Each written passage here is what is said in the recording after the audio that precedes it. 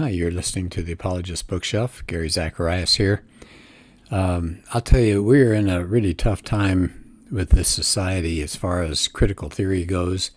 I think there's light at the end of the tunnel. I think people are starting to wake up and realize some of the real negative effects of this view. So I wanted to go back to a book that I think is maybe the best single book dealing with this. It's by Neil Shenvi and Pat Sawyer. It's called Critical Dilemma, and it's called subtitled The Rise of Critical Theories and Social Justice Ideology, Implications for the Church and Society. And what I like a lot about this book is it's in depth. It discusses the other side and gives them fair hearing. And it's not a rant. It's not extreme.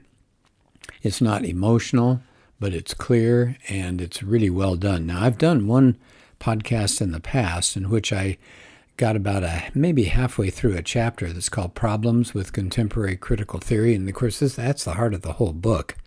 So I took my time on that. I only got about 10 or 15 pages of the chapter. And I'm going to continue that with this podcast. And I don't know if we'll finish the chapter. We may do one more on that. But just to give you a background so you know what we're talking about here, the authors, one more time, Shenvi and Sawyer, say that there are really four central ideas of critical theory these days. One is what they call a social binary, right? Look at that word binary. So the people who push critical theory say our society is divided into the dominant, the privileged group, the oppressor group, whatever you want to call them, and the subordinate or the marginalized or the oppressed group. Okay, so you've got just two. The ones who are on top and the ones who are on the bottom. And they are divided according to race and class and gender and sexuality and physical ability, immigration status, religion, and so on. And that's that idea of intersectionality, that somebody, for example, might be a black, lesbian woman, right? So there are three areas of that person being in a subordinate or marginalized role. Now, what if you're a black, gay man? Well, you've got two of the three that put you in a oppressed group, but you got the male being in the dominant group. So anyway, they call that intersectionality. So that's number one. They call that the social binary, splitting society in half. Number two is what they call hegemonic power, that it's not so much overt acts of injustice, grabbing people and throwing them in jail just because of their skin color, but it's the way in which the dominant group, fill in the blank, could be males, it'd be Christians, it'd be white people, how they impose their values and their traditions and their norms and their ways of doing things. They push that on society, and until all of society thinks, oh, that's natural, oh, that's normal, oh, that's God ordained. And so that's structural. They said it's all over throughout the system. So that's called hegemonic power. Number three, lived experience.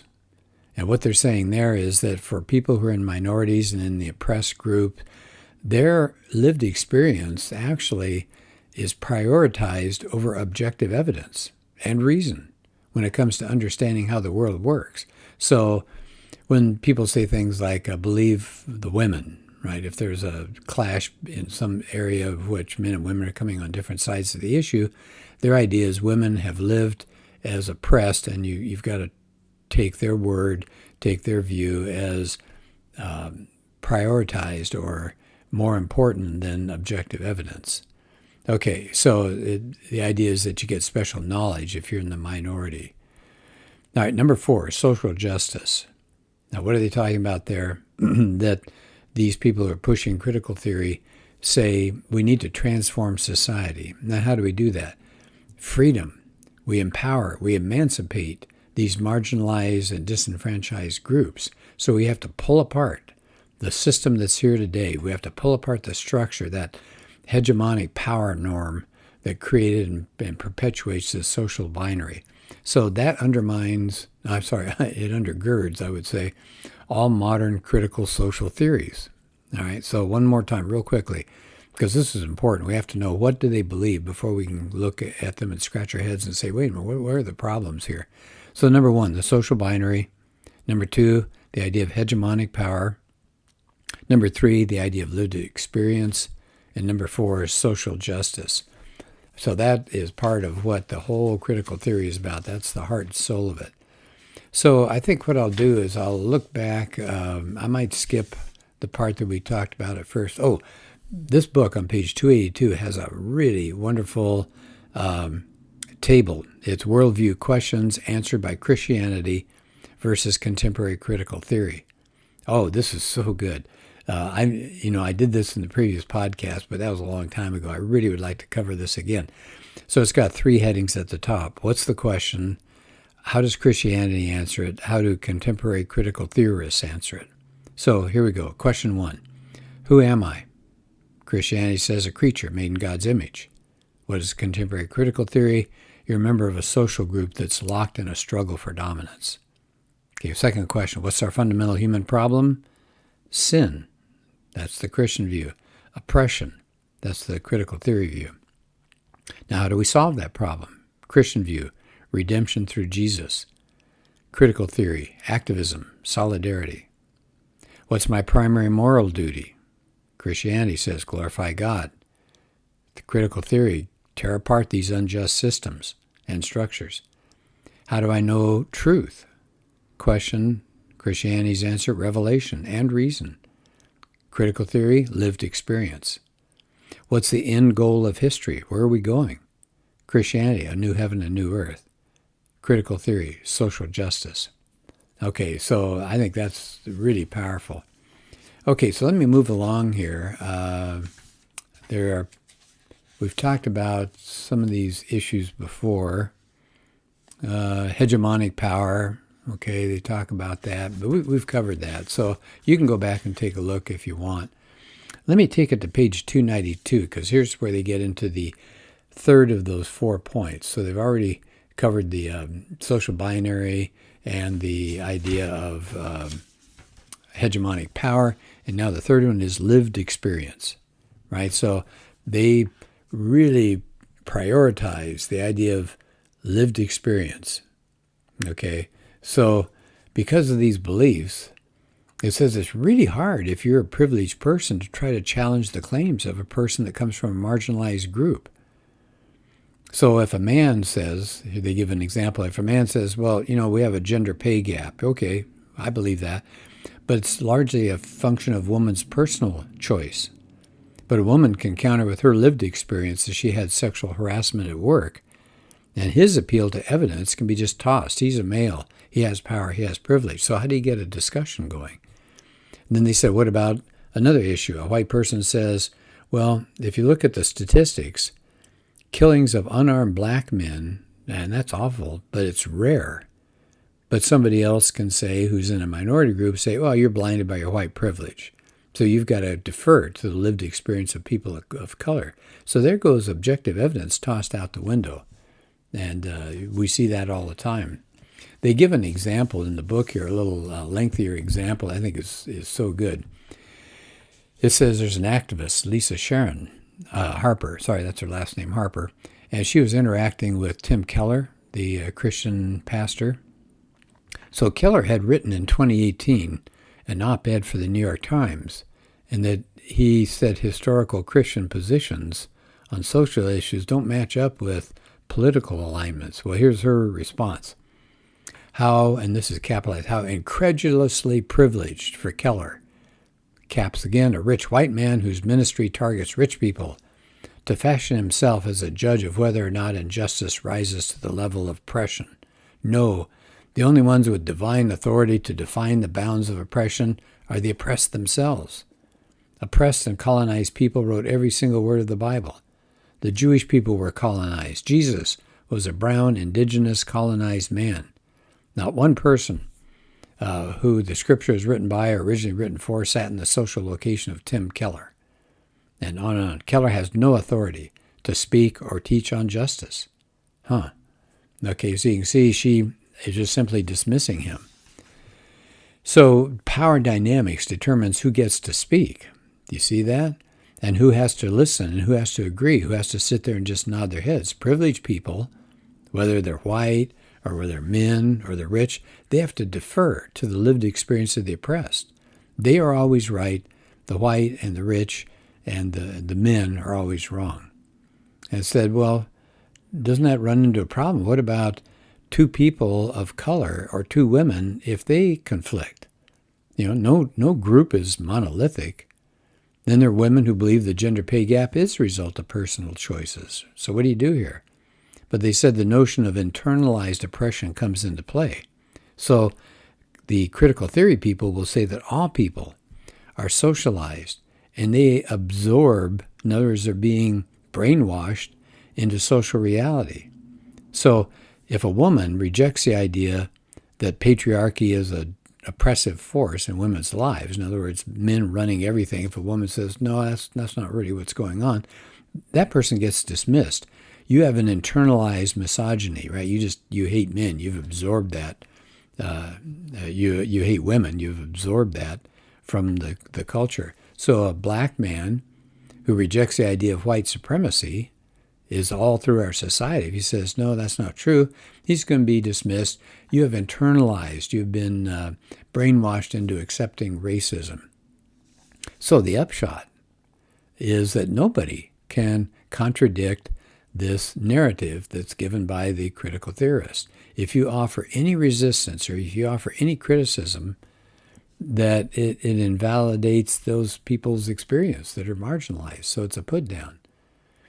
They said, despite that, some Christians really are hesitant to reject this emphasis on lived experience. I mean, the Bible itself says we're supposed to be quick to hear and slow to speak. That's in James. Now we're supposed to recognize our own capacity to be hypocrites and to be blind. That's in Matthew 7. So maybe we should listen to experiences that challenge our own and our own hidden assumptions. And the two authors said, yes, sure. We should be quick to hear, slow to speak, and we're supposed to test everything. But the problem with the idea that lived experience shouldn't be challenged, it takes the place of Scripture and Scripture-informed reason as the final arbiter of truth. Do you see how it throws that out completely? So lived experience, whatever somebody says who's a marginalized person, whatever that person says, you've got to accept it. But are we supposed to take what is said and line it up with Scripture and Scripture-informed reason? So here are some examples, they said, of appeals to lived experience. As a woman, I know that society is systematically sexist. Oh, so you can't argue with that because that's a woman. How about this? As a person of color, I know that society is systemically racist. Okay, so you're not allowed to argue with that because the person of color, that's lived experience, said it. Here's a third one. As a lesbian, I know that homosexuality is good and right. Again, what do you say if you're a Christian? How about this one? As an atheist, I know there is no God. As a transgender woman, I know that I was born in the wrong body. As a Sufi Muslim, I know that Islam is true. As a Hindu, I know that all paths lead to God. Now it says if we're committed to the proposition that we should never challenge these people, we're going to have to accept all of that. But that contrasts with Scripture. Scripture says we are to test all claims against God's revelation in the Bible. We're supposed to weigh them by appealing to reason and evidence. And they give a bunch of verses, and I think that's important for me to stop here at this point and give you those verses so that you can see that the Bible does insist that we test anything people say against God's revelation in the Bible and weigh them by appealing to reason and evidence. God made us in His image. We are people who can reason. So here they are. Deuteronomy 18:22, Proverbs 18:17, Isaiah 8:19 through 20, John 10:38, Acts 1, verse 3, 1 Thessalonians 5:21, 1 John 4:1 through 3. Okay, the authors then go on to say that the people who push this idea of lived experience, they dismiss anybody who appeals to evidence or even to Scripture. Western science is going to be seen as a white supremacist, capitalist, colonialist enterprise that uses people in lab coats to underwrite their truth claims. And what does that do? It advances the power of rich white men. according to Scripture, appeals to Scripture, you say according to Scripture, they write that off. They said that's just appealing to the white Western masculine interpretation of Scripture. What about an appeal to a creed or a confession? That's Eurocentric theology. That's slaveholder theology. That's colonizer theology. So that you can't get a discussion going. It said sometimes we see that in post-evangelical scholars. They're committed to deconstructing evangelical projects. All right, let's go ahead here. Here's a good point. They said if sola scriptura, right, that's coming out of the Reformation, if sola scriptura is replaced by sola lived experience, we'll be left with what Judges said. Everyone did what was right in his own eyes. That'll be our 21st century American version of that, right? Whatever people say, just go along with it. They said, here's a problem too. Institutions that have embraced critical theory, this idea of lived experience, are going to have to weaken or abandon their commitment to free expression and to evidence-based debate. Yes, that's exactly right. Where is there room for debate? There's none. Once a person who's in one of these marginalized groups, one of these oppressed peoples, once they speak, you're done. You can't offer any reason, you can't offer any argument at that point. Why? Claims were going to be dismissed as a power play. You're just trying to maintain the status quo. So you don't even ask if these things are objectively true. Speech deemed harmful to certain marginalized groups are going to be discouraged, right? You can't say that. It's going to hurt somebody. So what happens for any institution that's trying to commit to knowledge and truth-seeking? I'll tell you what I think of immediately are college campuses. We're starting to see that. If you say something that might be offensive to somebody, you can't say it. You're not supposed to say it. All right, let's see. Let me go ahead here. Here's another problem. They said, critical theory assumes that this existence of privilege indicates injustice or oppression. They said that's not true. In every society, there will be majority populations that will define what's expected, but it doesn't follow that that's automatically systemic or systemic, yeah, I got it right, systemically unjust. It said, for example, let's say you got a food market in Indonesia, and what does it do? It's going to fill it full of Indonesian food, and it's going to take American food and maybe put it in a small ethnic section somewhere in the back of the store. Well, if you're a visiting American, is that oppression? Is that injustice? I don't think so, right? So that's not a problem. They said there are God-ordained norms that are not social constructs, right? For example, the marriage as a union between one man and one woman, that does privilege a male and a female, heterosexuals, but it's not oppressive. It's good. It's just. It helps society. Also, they said this understanding of privilege warps the understanding of justice. So they said factors that give privilege in one setting will confer disadvantage in another. So here's an example. If you're a progressive atheist and you're living in a deep red rural area, maybe Oklahoma someplace or Wyoming, it may put somebody at a social disadvantage relative to an evangelical Christian who lives there. But that reverses, doesn't it? If you live, for example, in Portland, let's say, and you're an evangelical Christian, you will probably be at a social disadvantage. Or maybe you're on a progressive college campus. So they said many times it's the evangelical Christian who's going to be at a social disadvantage. And they said there are specific situations where racial or ethnic minorities experience privilege. They actually have things better. They said, for example, when they wrote the book, the U.S. Supreme Court was reviewing a case in which two prominent universities are accused of discrimination. Why? They admitted black and Hispanic applicants that had actually lower standardized test scores and grade point averages. They let more of them in than Asian counterparts who had higher test scores and higher grade point averages. Well, progressives are going to say, well, that's justified by America's history of racism. But they said it's odd, though, that the blacks and Hispanics are getting an unearned advantage in this situation, right? So it says at this point, it shows that Black and Hispanic identification confers an advantage.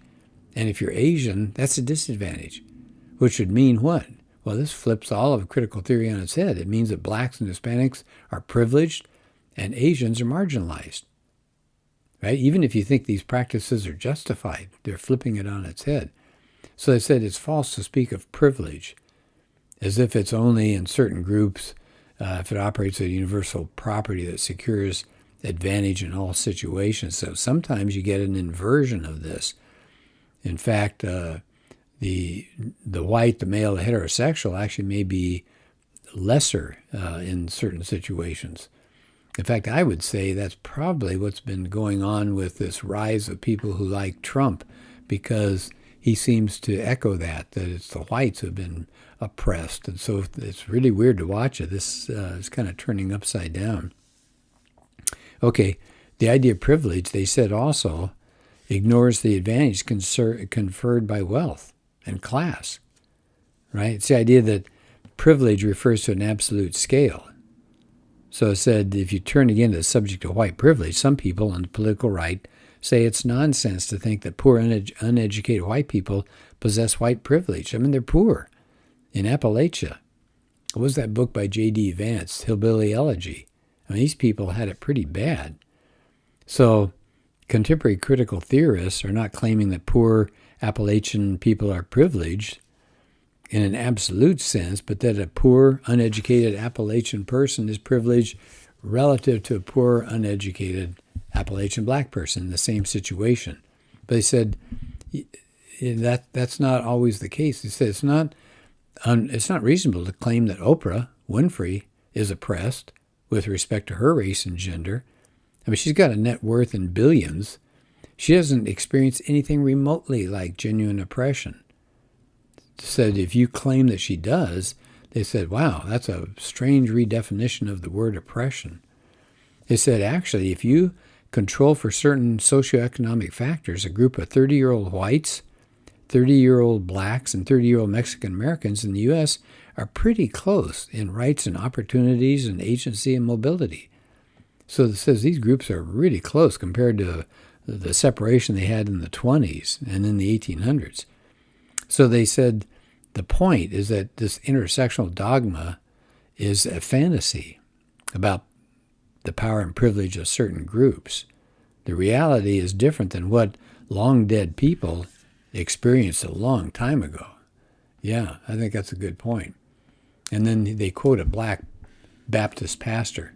He says, the continuing assumption of universal marginalization across every era of African American history actually flattens the African American experience and contributes to the increasing irrelevance of black preaching. What do I mean? The experience of African Americans in 1830 could fairly be characterized as near universal enslavement, oppression, and marginalization. Few would deny it. But how should we describe African Americans in 1930? Should we consider life in the New Negro or Harlem Renaissance North equivalent to the sharecropping experience of the South? Moreover, the 1930s seem like a lifetime ago for African Americans born around 1980. The experience of 1980s generation African Americans is so different from preceding generations that a burgeoning number of books dare to argue for a post-black self-understanding. So they said what he's saying is basically any idea that there's this monolithic single understanding of black experience has crumbled a long time ago under the progress that African Americans have made and hard-earned victories. Yeah, that's great. Okay, well, I told you this is a long chapter, so again, there's much more to it, and so I think I'm going to stop at this point. And I'm not doing it justice. I know I'm not, because I'm having to skip through parts of it here, and I hope it didn't confuse anybody. But this is just such an excellent book.